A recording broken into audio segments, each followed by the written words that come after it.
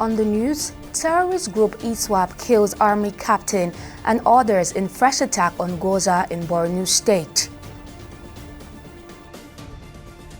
Labour Party suspends Alex Otti, Nwokocha, Kinjigbe and others amid deepening party crisis. NTSB links Wigwe's helicopter crash to pilot disorientation and company negligence.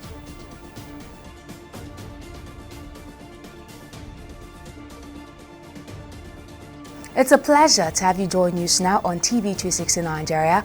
I am Victoria Akonde. Now, the Islamic State of West African Province ISWAP fighters have killed at least 2 soldiers, including an army captain, when the invaders made attempts to overrun a community in Goza local government area of Borno State. It was guarded that the terrorists stormed the remote village of Isge in Goza Council area of the state in the early hours of Wednesday, shooting their way through.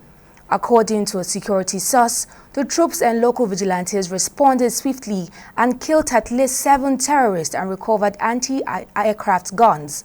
Also confirming the incident, the Emir of Goza, Mohammed Timta, said the assailants stormed the area around 1 a.m. and engaged the troops. Now, the Nigerian Senate has resolved to convene a 2-day national security summit in Abuja in response to escalating insecurity across the country. This decision followed a motion by Senator Jimoh Ibrahim, who emphasized the urgent need to review Nigeria's security strategies amid rising global and domestic threats, including conflicts like the Russia-Ukraine war and economic tensions involving the U.S. and China. The summit aims to bring together delegates from federal, state and local governments, as well as traditional rulers, to develop comprehensive solutions to issues such as banditry, kidnappings and terrorism. While some senators expressed skepticism about the summit's effectiveness, the majority supported the initiative after a voice vote, and President of the Senate, Godswill Akpabio, recommending a 2-day duration instead of the initially proposed 3 days. The issue of security has become a pivotal edifice by which the foundation of our nation is rooted.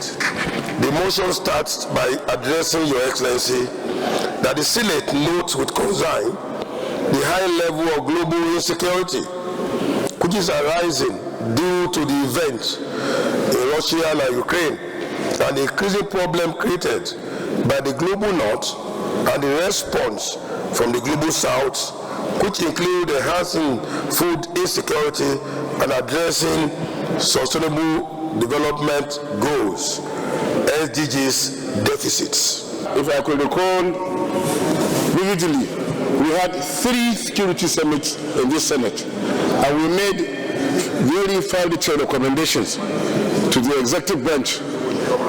And those recommendations, unfortunately, were not implemented. Mr. President, what we need is not security summit. We need to discuss with the service chiefs here in this chamber, one by one. We engage them into serious discussions. Those in support that the Senate should be in the forefront of convoking a national security summit with a view to discussing the entirety of the security situation in the country, profiling solution, and at the same time rejigging the security architecture to enable us save the lives and properties of our citizens and give them hope and an opportunity to bring their inputs. Say aye. Aye. Those again say nay. The ayes have it. Now to party matters, and in a major political twist, the Labour Party has announced the indefinite suspension of 6 prominent members, including Abia State Governor Alex Otti, Senators Darlington Nwokocha and Ireti Kinjigbe, who for alleged anti-party activities. Others suspended are Victor Afam Ogene, Amobi Oga and Sheyi Showumi. The party's National Executive Council said the decision followed the recommendations of a 5-man disciplinary committee set up on May 2, 2025 to probe allegations of anti-party conduct. The party said the suspension takes immediate effect and bars the affected members from participating in any Labour Party activities.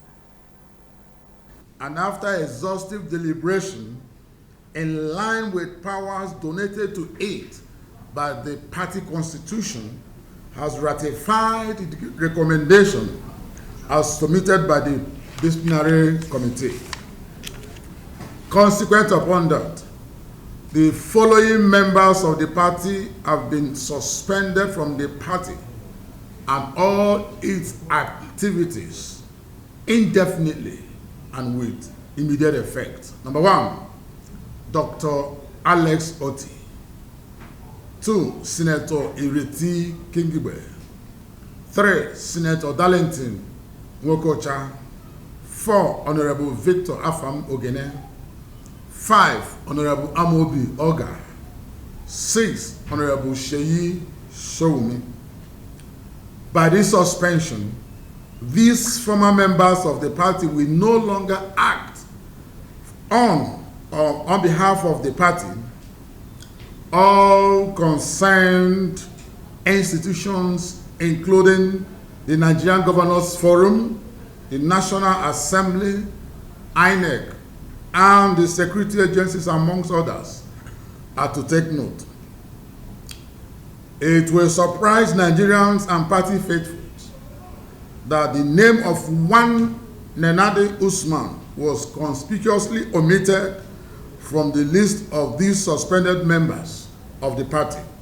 First, we have said repeatedly that the said Nenadi Usman was and is not a member of the Labour Party.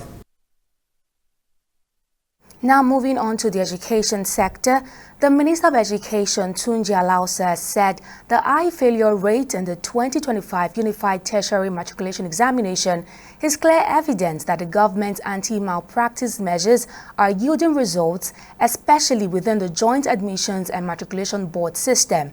His remarks come amid nationwide concern following JAMB's release of results showing that out of 1,955,069 candidates who sat for the 2025 UTME, only about 420,000 scored above 200, meaning more than 78% failed to meet the 200-mark threshold. Speaking during a televised interview, Alausa said the drop in performance reflects a significant decline in examination malpractice due to JAMB's tightened security protocols and a comprehensive review of the nation's examination system. As part of broader reforms, he announced that both the West African Examinations Council (WAEC) and the National Examinations Council will begin transitioning to computer-based testing by November 2025, starting with objective papers. Earlier on, I spoke with the team lead of Edu Planner, Oriyomi Ogunwale, about the mass failure recorded in the 2025 UTME and the remarks made by the Minister of Education, who stated that the government's anti-malpractice measures are yielding results. I began by asking him about the primary factors contributing to the high failure rate. Part of the big issue that we must look at is, when we want to look at education, there are a lot of factors that contribute to this. And the mass failure rate is due to those factors. But when we look at, in terms of short term, what the government have been doing so far, you see that the government has introduced the CBT, which is computer-based testing, to implement JAMB so far for like 5-6 years now. And what that has done is that they were trying to address this issue of it has now resulted in another big issue, which is the part of logistics. So you look at the education sector and you say the UTME also reflects that part of how government has not been doing enough in terms of the education sector. Let us is like the gateway. Is the gatekeeper between secondary education to tertiary education. And when you look at something like that, one of those things that it means is that the education being received by students in secondary education is not enough to take them to tertiary education. And that's a big reflection for us as a nation. So it's not going to be enough to say that, oh, the students are not performing very well, or this is just a singular factor that is responsible. We can look at it from the technology aspect. We can look at it from the logistics aspect, because you see students who have to wake up and be in their CBT center as early as 6 a.m. in the morning. So it's a big challenge that the government must look at, because it also affects the preparedness of candidates that are trying to write this exam. So there's still a lot of issues that needs to be addressed in terms of the implementation of UTME in Nigeria. And until the government does its own part, much of the blame cannot also be put on the candidates, so to say, which we also look at and say, we look at the data, and when you look at it, you see that education performance of candidates in UTME was actually, you're looking at 400, and the number of students who are getting 50%, which is at 200 marks, is now very, very low. And when you look at it before 2015, you are seeing that the data shows that 60%, it was around the 60% that were getting below 200. So when you then go after 2016, 2017, the data showed that this performance now dropped to 70%. And the highest was in the COVID year, the 2020, when it was 85%. So when you begin to look at this data, it's showing you a trend of how well students are preparing for the UTME exam itself. So this is the second worst performance in UTME so far. So that is something that the government must look at. But in the short term, one of those things that we were looking at when we looked at the data is to say, address the logistics problem, and then we'll begin to look at how much are students preparing. That was the team lead Edu planner Oriyomi Ogunwale lending his thoughts on the mass failure rate in the 2025 UTME. Now moving on, the U.S. National Transportation Safety Board, NTSB, has released its final report on the February 2024 helicopter crash that killed former Access Holdings CEO Herbert Wigwe, his family, and 3 others. The NTSB identified the pilot's decision to fly under visual flight rules into poor weather conditions as the probable cause, leading to spatial disorientation and loss of control. The crash occurred near the California-Nevada border and claimed 6 lives, including former NGX chairman Abimbola Ogunbanjo. Investigators also cited inadequate safety oversight by the helicopter company as a contributing factor.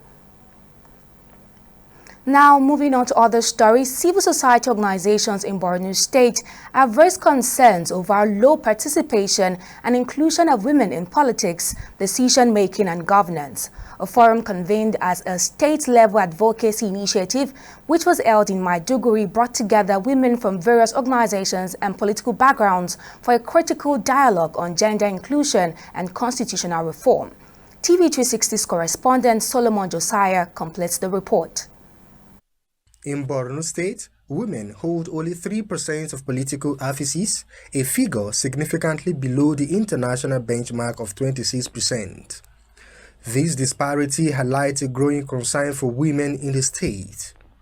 They are now advocating a change in the narrative as Nigeria prepares for the 2027 elections.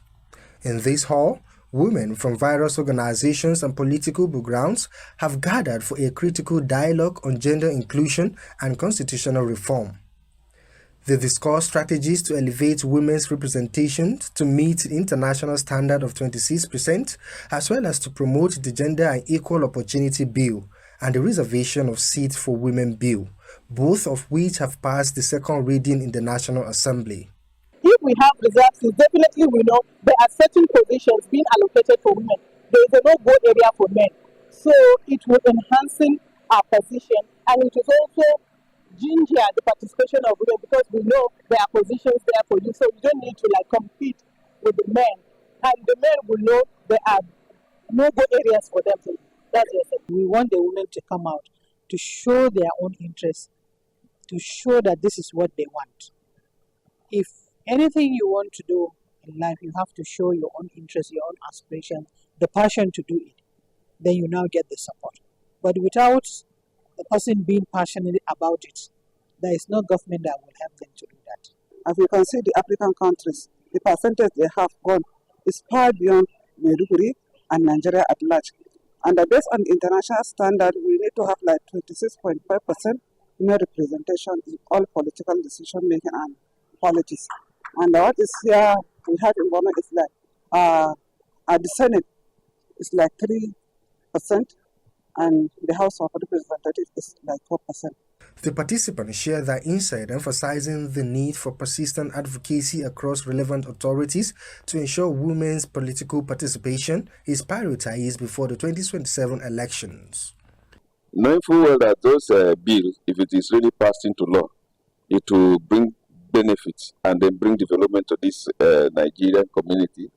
The way they said maybe it's a temporary measure.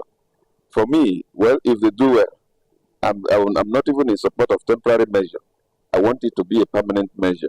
This is something that I think we need to support, and there's something that we need to look at it, how best we can allow the women to be part of the political decision making, because they are part of and integral part of our society, and they need to be given all the necessary opportunity to be part of the government. The Nigeria needs people that will build the nation, that people that will bring peace.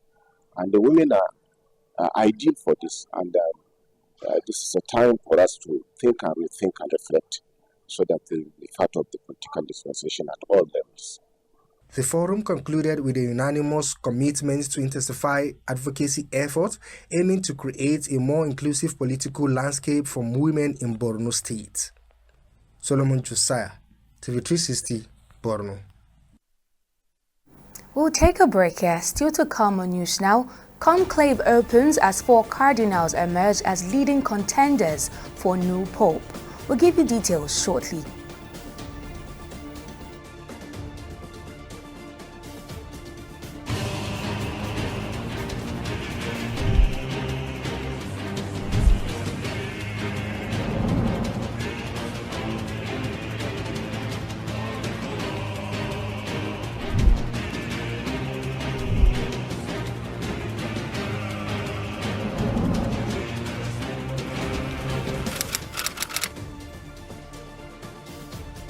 Welcome back. Here's a quick recap of our main stories. The Labour Party has announced the indefinite suspension of 6 prominent members, including Abia State Governor Alex Otti, Senators Darlington Wokocha and Ireti Kingibe, over alleged anti-party activities. The party's National Executive Council said the decision followed the recommendations of a 5-man disciplinary committee set up on the 2nd of May to probe allegations of anti-party conduct. We also told you that the U.S. National Transport Safety Board (NTSB) has released its final report on the February 2024 helicopter crash that killed former Access Holdings CEO Albert Wigwe, his family, and 3 others. The NTSB identified the pilot's decision to fly under visual flight rules into poor weather conditions as a probable cause, leading to special disorientation and loss of control. Now, in case you missed any of our news bulletins or for more updates, you can catch us on Limex World TV and AVO TV, or log on to our website on www.tv360nigeria.com. You can also follow us on our social media platforms on Twitter, Instagram, and YouTube at TV360 Nigeria, or download our mobile app on Google Play Store, Huawei App Gallery, and Apple Store. On Facebook, we are at TV360 Online.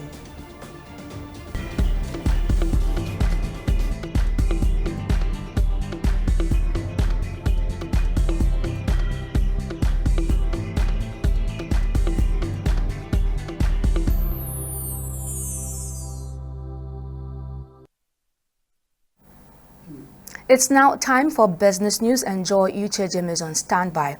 Over to you, Joy. Thank you, Victoria, and welcome to Business News. Now, the humanitarian crisis in the worst hit northeast Nigerian states of Borno, Adamawa, and Yobe has assumed an alarming proportion, prompting heightened calls for coordinated action by the Nigerian government and the United Nations. Recent records show that the survival of people in the focal states hangs in the balance this May to September lean season if they do not urgently get treatment for acute malnutrition and other nutrition interventions, announcing the need for a multi-sectoral plan at the launch of the 2025 Lean Season Response Strategy for the Bay States. The UN Resident and Humanitarian Coordinator in Nigeria and the Minister of Humanitarian Affairs and Poverty Reduction confirmed that up to 70% of health services and 50% of nutrition services have been affected. The multi-sectoral plan seeks $159 million for urgent nutrition, food, and health interventions and other life-saving assistance for 2 million people in most severe need in the Bay States over the next 6 months. In Borno, Yobe, Adamawa, 70% of the health provision and 50% of the nutrition services have been impacted. Resources are needed now. Resources are needed not tomorrow, not next week, but now. We can maintain capacity in the pipeline for essential community to save life if we have those resources. Funding cuts have impacted access to life-saving nutrition services for at least 40% of the 2.3 million children and women in need of those services across the 3 states. But this plan is not just about structures and strategies. It is about a promise. A promise that that little child in Borno, Yobe, and Adamawa should not have to go to bed without food when the world has enough food in our homes and also in our banks. That no mother should lose a child to a condition that we can treat, and that dignity must never be a casualty of conflict or poverty. Prevention, of course, is the responsibility of the duty bearers, governments at all levels. But just as you do not give malaria prophylaxis to a child already battling malaria, we must treat the child first and act now before prevention becomes a hollow promise. We are entering a new reality. The long-standing assumption that if one donor pulls out, another will step in no longer holds. We are witnessing a structural collapse in the humanitarian capacity. This is not just an operational issue. It is a moral crisis. We'll take a break here and return with stock market reports.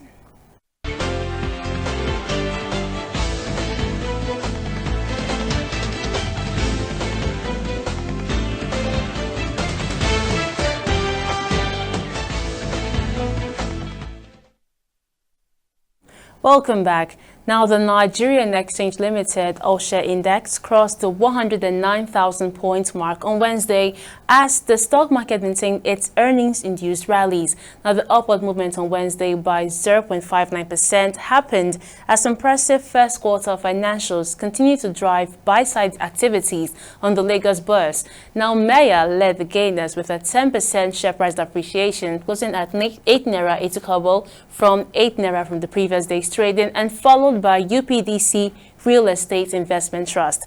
Now, at the end of today's trading session on the Nigerian Stock Exchange, a total of 587 million shares in 17,496 deals, corresponding to a market value of 18 billion naira, were traded.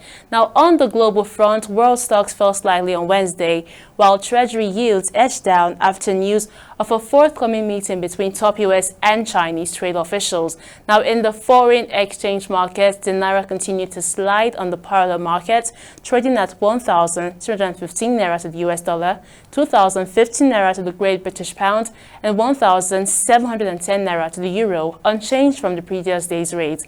And that's it on both business and stock market updates. Back to you, Victoria, for the rest of the news. Thank you very much, Joy, for that update. Now, moving on to the global scene, as the conclave begins preparation to elect a new Catholic pontiff, 4 names have emerged as likely contenders to become the new pope. Balloting began on Wednesday afternoon following the mass and oaths. The voting process involves secret ballots, and a candidate must receive a 2/3 majority to be elected. With speculation running high and a feud of prominent candidates in play, the Catholic Church may soon welcome its 267th Pope before the end of the week. Still on the global scene, the Supreme Court of Pakistan has reinstated the Pakistan Army Act in its original form, overturning its October 23, 2023 ruling that had declared certain provisions of the law unconstitutional. In a majority 5-2 verdict, the Apex Court upheld the appeals filed by the Ministry of Defense and others, restoring clauses previously struck down. The majority judgment has urged the Parliament to make necessary amendments in Pakistan Army Act within 45 days in order to provide independent right of appeal to military courts convicts in the High Court. Still on sport, Egyptian club Zamalek have terminated the contract of former Super Eagles coach Jose Peseiro. Zamalek took the decision following their recent 2-2 draw with National Bank. Peseiro signed a 2-year contract with Zamalek after his contract with the Super Eagles ended in March 2024, soon after he guided the country to the final of the 2023 AFCON in Côte d'Ivoire. In 17 matches with Zamalek, the Portuguese coach lost twice and drew 8 games. The team also failed to successfully defend their CAF Confederation Cup title. And that wraps up our bulletin on news now. Many thanks for joining us. See you next time.